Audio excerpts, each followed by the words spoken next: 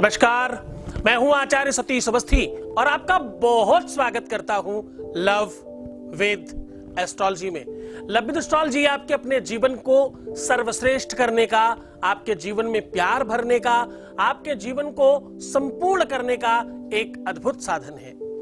Love with astrology में आपके love life, पारिवारिक लाइफ, रिलेशनशिप लाइफ और आपका दाम्पत्य मैरिटल लाइफ को पूरी तरह से ठीक किया जाता है, या यूं कह लो कि जो जोड़ियां आसमान में बनती हैं उनका repairing centre love with astrology है। विश्व का पहला एकमात्र संस्थान जिसमें सिर्फ और सिर्फ प्यार का काम होता है। शादी के पहले, शादी के बाद की हर समस्या का सीधा समाधान होता है। यहां पर रोज आपको गीता, वेद, पुराण, शास्त्र, उपनिषद, भागवत इत्यादि के सार आपके सामने समर्पित किए जाते हैं, साझा किया जाता है, रिसर्च आपके सामने रखी जाती है और आपकी समस्याओं का समाधान किया जाता है। आज हम कह रहे हैं कि यहां पिछले 20 सालों से लगातार निरंतर 20 लाख से अधिक लोग अभी तक धन्यवाद कर चुके हैं। इस श्रृंखला को अभी भी कंटिन्यू रखा गया है, अभी भी जारी रखा गया है। आज की यात्रा में अगर आपके अपने जीवन में प्यार के से संबंध अच्छे नहीं है, अगर आपके दाम्पत्य जीवन, पारिवारिक लाइफ, शादीशुदा जीवन बहुत अच्छा नहीं चल रहा है, किसी भी वजह से आपका पार्टनर, वो चाहे लव पार्टनर हो चाहे वैवाहिक पार्टनर हो, अब ध्यान से समझना, चाहे वो लव पार्टनर हो चाहे वैवाहिक पार्टनर हो, दोनों ही कंडीशंस में अगर किसी भी तरह की असमंजसता आ रही है और आपको ऐसा लग रहा है कि वो चीज हमसे छूट रही है जो हमारे लिए सबसे मूल्यवान है। ध्यान से समझिएगा मैं क्या कह रहा हूं। मैं कह रहा हूं कि तुमसे अगर कोई ऐसी चीज छूटने का संदेह है आपको, जो आपके लिए सबसे ज्यादा मूल्यवान है, जो सबसे ज्यादा कीमती है, जो सबसे ज्यादा महंगी है तुम्हारी लाइफ की, अगर वो वस्तु छूट रही है, वो रिश्ता छूट रहा है, तो आज टूटते हुए, छूटते हुए, खराब होते हुए रिश्ते को पूरी तरह से रिपेयर करने का साधन बता रहा हूं। आज मैं कह रहा हूं कि एक छोटी सी चाकू अपने ऊपर से उतारकर यहां दबा देने मात्र से आपके अपने जीवन की ये सारी की सारी कटुताएं समाप्त हो जाएंगी। जिस चाकू से कुछ काटा जाता है, जिससे कुछ खंडित किया जाता है, जिससे चीजों को अलग किया जाता है, वो आज योग करने का साधन क्रिएट करेगी। हम कह रहे हैं कि टूटते हुई चीजों को सुव्यवस्थित कर दिया जाएगा। आज मैं कह रहा हूं कि जो चीजें टूट चुकी हैं या टूटने की संभावना है या अलग होने की संबंध, विच्छेद होने का संदेह है, भ्रम है, या कदाचित वैसी परंपरा, वैसी स्थितियां, उसी सिचुएशंस बन रही हैं, तो आज के बाद अब ऐसा नहीं होगा। एक छोटा सा उपाख्यान आपको बता रहा हूं, ध्यान से समझिएगा। एक बार का समय है, मैं बात कर रहा हूं भगवान श्री राम के विवाह के समय का। आपको पता है कि वहां स्वयंवर था और धनुष जो उठा करके उसकी प्रत्यंचा चढ़ा करके धनुष तोड़ेगा, उसके साथ सीता का विवाह होगा। इसमें बड़े बड़े राजाओं ने अपनी जोर आजमाइश की, अंतिम में जीत भगवान राम की हुई, ये सब आप जानते हो। धनुष भंग होने के बाद, टूट जाने के बाद, जिनका असली में वो धनुष था, महात्मा, ब्राह्मण, शिखर पुरुष, संत परशुराम जी वहां आए और अपने फरसे को आदेश दिया, जाओ, जो इस धनुष को तोड़ने वाला है और उसकी जो भी उसको बचाने की कोशिश कर रहा है, उसको काट के आ जाओ। आप ध्यान से समझिएगा, मैं बहुत महत्वपूर्ण बात कर रहा हूं। आज काटने पीटने की चीजों से मुक्त करने का साधन आपके सामने लेकर के आया हूं। वो समीक्षा, वो सार तुम्हारे सामने रख रहा हूं, बहुत ध्यान से समझना। उस फरसे को आदेश दिया कि जाओ, उसको काट के आ जाओ जो धनुष तोड़ने वाले को बचा रहा है। फरसा गया, चारों तरफ घूमकर वापस आ गया। परशुराम जी ने पूछा कि भाई क्या हुआ, ऐसा क्यों किया तुमने? तो उसने कहा, साहब, आप जिसको काटने को कह रहे हो, वो भाग देने के बाद जो शेष बचता है, अब आप गुणा भाग तो समझते होंगे गणित का, जो काटते काटते शेष बचता है भाग देने पर, वो वही अवतारी है लक्ष्मण, वही तो उनको बचा रहा है। लक्ष्मण शेषावतार है, वो शेष के अवतार हैं, वो शेष है। एक तो शेषनाग होता है और दूसरा भाग में कटते कटते जो शेष बचता है, जो कट नहीं सकता, जब कटने का अंत हो जाता है, जो शेष बचता है, उसको हम लोग भाग में नीचे शेष लिख के रख देते हैं ना। 55 रुपए थे, 10-10 रुपए 5 लोगों को दिए गए, 5 रुपए शेष बच गए। हो सकता था, क्योंकि 10-10 देने इसलिए 5 शेष बच गए। तो जो शेष बचता है वही वो अवतारी इसलिए नहीं कट सकता। तो बोले जाओ फिर उसको काट दो जिसने धनुष तोड़ा है। फरसा फिर गया, फिर चारों तरफ उसने भ्रमण किया और वापस आ गया। बोले अब क्या हुआ? बोले प्रभु रोज मैं तुम्हें सुनता हूं, आप कहते हो ना अखंड मंडलाकारम, आप रोज तो कहते हो ये अखंड मंडलाकारम व्याप्तम येन चराचरम तत्पदम दर्शितम येन तस्मै श्री गुरुवे नमः। ए गुरुदेव, वो अखंड है जिसका खंड नहीं किया जा सकता, जो खंडित किया नहीं जा सकता वो है, इसलिए उसको भी काट नहीं सकते। जो कटते कटते शेष बच गया है, एक वो है और एक वो है जो कट ही नहीं सकता, वो पूर्णांक है साहब, वो 9 नंबर है, उसको काटते रहिए, वो कटता ही नहीं, जितना काटो वो फिर से उतना ही हो जाता है। 9 दूनी 18, 8 और 1 9 हो जाता है, 9 त्रिका 27, 7 2 9 हो जाता, वो कटता ही नहीं है। मेरे प्रभु कैसे काट के आ जाऊं? मैंने बहुत कोशिश की, अंत में वो उतना ही बचा जितना था।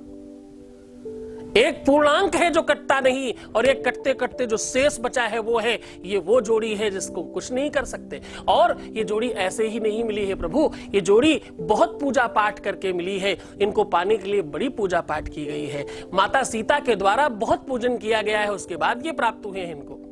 माता सीता ने गौरी की पूजा की है और उसमें उन्होंने मांगा था मन जाहि राजेहु मिलहि सोबरु सहज सुंदर सावरो करुणा निधान सुजानशील स्नेह जानत रावरो। बोले प्रभु ये बहुत पूजन पाठ करने के बाद मिले हैं, इसलिए ये एक पूर्णांक है और एक कटते कटते जो शेष बचा है। एक इतना शिखरस्थ है जहां तक पहुंचना मुश्किल है और दूसरा इतना भूमिगत है कि भाई उससे नीचे जाया नहीं जा सकता। तो आज उसी समीक्षा को आपके सामने रख रहा हूं, वही प्रयोग, वही साधन, वही सिस्टम जिसको न कोई काट सके और ना ही कोई छांट सके, जिसका कोई अंत नहीं, जो कंप्लीट सॉल्यूशन है, आज मैं वही आपके सामने लेकर के आया हूं। वही फरसे का उपाय एक छोटी सी चाकू में डालकर दे रहा हूं। खिलौने वाली या कोई भी एक चाकू का खर्चा है। एक चाकू अपने ऊपर सुतार कर यहां इस प्रकार से ऐसे करके रखने मात्र से आपके जीवन से खंड विखंड समाप्त हो जाएंगे। टूटता हुआ, छूटता हुआ, खराब होता हुआ रिश्ता पूरी तरह से जुड़ जाएगा और आप हमेशा के लिए एक हो जाएंगे। दुनिया में कोई किसी को अलग कर नहीं सकता, दुनिया में कोई किसी को जुदा कर नहीं सकता। लोग प्रयत्न करते हैं, कोशिशें करते हैं, प्रयास करते हैं और अलग करने का भरसक प्रयत्न करते हैं। दुनिया में अगर आपको कोई अलग करने का प्रयास कर रहा है, आपको काटने छाटने की कोशिश कर रहा है और दूसरों के कहे हुए वाक्यों की वजह से, दूसरों की वजह से अगर तुम्हारा मन खराब हुआ है, तुमने भी अगर अपने लव पार्टनर या शादीशुदा पार्टनर, जो तुम्हारा वैवाहिक पार्टनर है या तुम्हारा लव पार्टनर, इनमें से दोनों में से किसी के प्रति अगर किसी और से सुनकर के आपने अपने मन में कुछ रखा हुआ है तो सावधान, ये ठीक बात नहीं है। आंख नाक कान मुंह कभी कभी धोखा देते हैं। प्रयत्न कीजिए, कोशिश कीजिए, जितना हो सके संभवत आप अपने समक्ष चीजें रखने की कोशिश करिए। जिस पर भ्रम है उसे सामने लाइए। विश्वास भरोसा तब ज्यादा होता है, विश्वास भरोसा तब ज्यादा होता है जब आप अपने हृदय में परमात्मा रूपी भरोसे और विश्वास को जन्म देते हो। कई बार मैंने कहा है ना, भवानी शंकरो बंदे, क्या भवानी शंकरो बंदे श्रद्धा विश्वास रूपिणो याभ्याम बिना न पश्यन्ते श्रद्धा शांतस्त्वमीश्वरम। उनको जन्म हृदय में दीजिए, आप देखिएगा आपके उपाय, आपके सॉल्यूशंस काम करने लग जाएंगे। आज की पाठशाला में एक और महत्वपूर्ण बात आपको समझनी होगी कि रिश्ते टूटते कैसे हैं, क्योंकि हम उसका इलाज बता रहे हैं आपको। कारण, वारण, निवारण और लक्षण सब पर बात कर रहे हैं।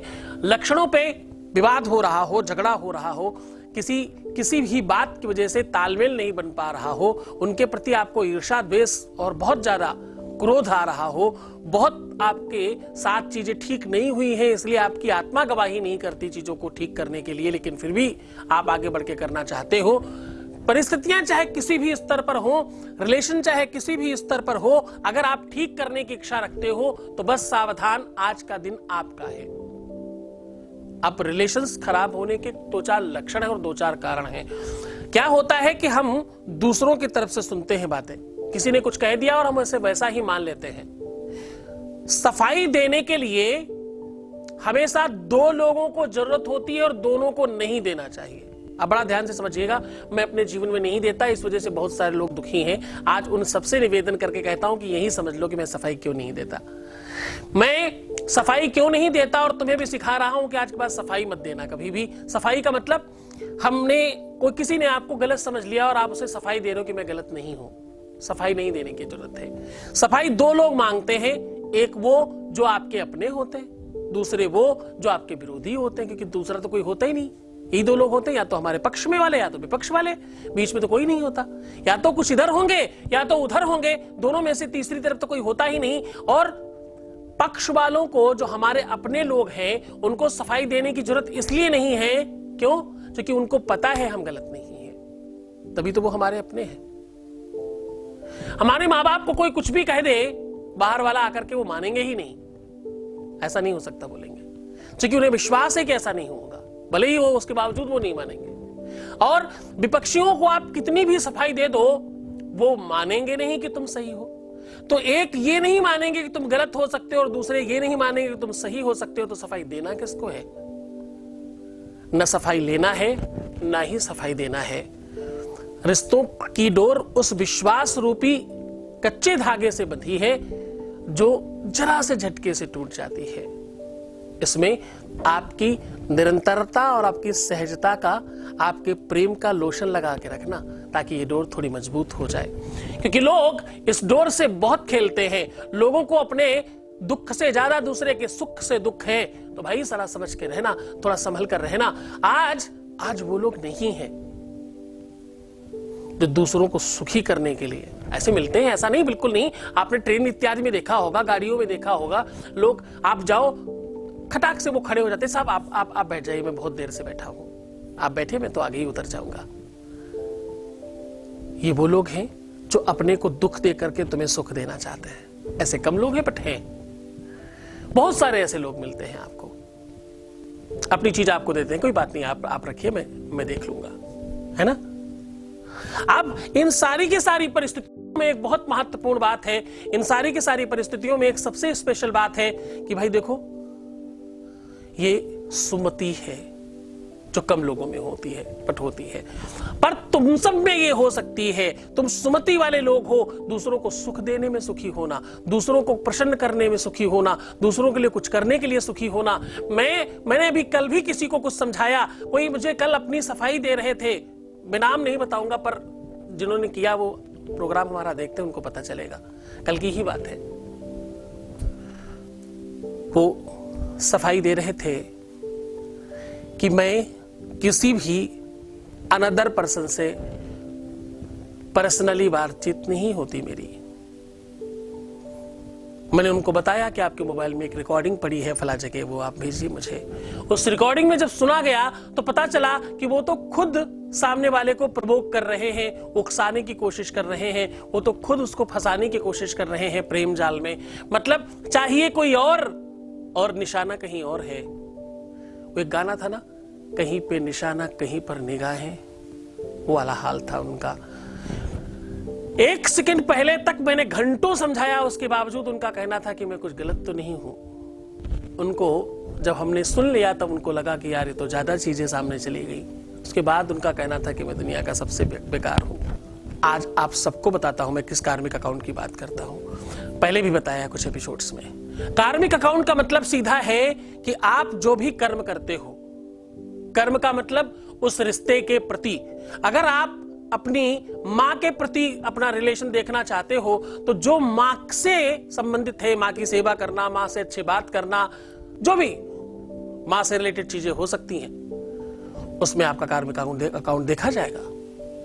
अगर आप अपनी बहन के साथ या अपने भाई के साथ रिलेशन देखना चाहते हो तो आपको उससे रिलेटेड चीजों में अकाउंट देखना पड़ेगा। अकाउंट मतलब तुमने उनके प्रति तुम्हारे कैसे बिहेवियर है, आपने कितने भाई बहन और बना रखे हैं, आपको भगवान ने कितने दिए और आपने कितने बना लिए। अक्सर लोगों को आप कह देते हैं अरे भाई, अरे भैया, अरे भाई, अरे भाई, अरे मेरा भाई है, मेरा भाई है, मेरा भाई है, मेरे भाई का दोस्त भी मेरा भाई है। तो वो जितने भी लोग बढ़ रहे हैं खाने वाले, सामग्री में बटेगा उतनी जगह ध्यान रख करके बढ़ाना।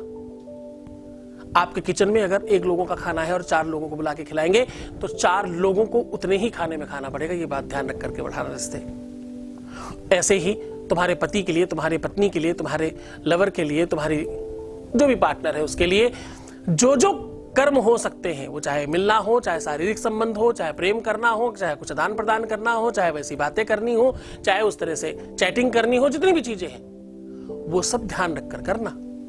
परंतु ये जो भी बेनिफिट लाभ है ये सब तुम्हारे कर्म का फल है, तुम्हारे सत्कर्मों का फल है, तुम्हारे पुण्य प्रताप का, तुम्हारी श्रद्धा विश्वास का, तुम्हारा गुरु के प्रति आदर और सम्मान का, गुरु की बात मानने की व्यवस्था का फल है ये।